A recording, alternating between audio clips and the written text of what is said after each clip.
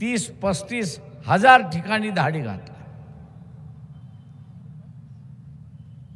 दाढी घालणं हा तुमचा अधिकार आहे, त्याच्याबद्दल आम्ही म्हणत नाही, शासनाचा अधिकार आहे। पण ज्यांच्यावरती तुम्ही दाढी घातल्या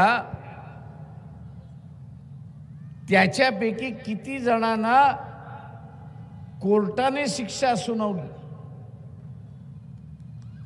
की त्यांनी चोरी केली आहे म्हणून, काळा धन आहे म्हणून। उलट आपल्याला असं दिसतंय की गंगेमध्ये गेल्यानंतर, स्नान केल्यानंतर आपल्या सगळे पाप धुतल्या जातात। तशा रीतीने भारतीय जनता पक्षामध्ये प्रवेश केला की असणारा चोर साव होऊन जातो, अशी असणारी परिस्थिती आहे।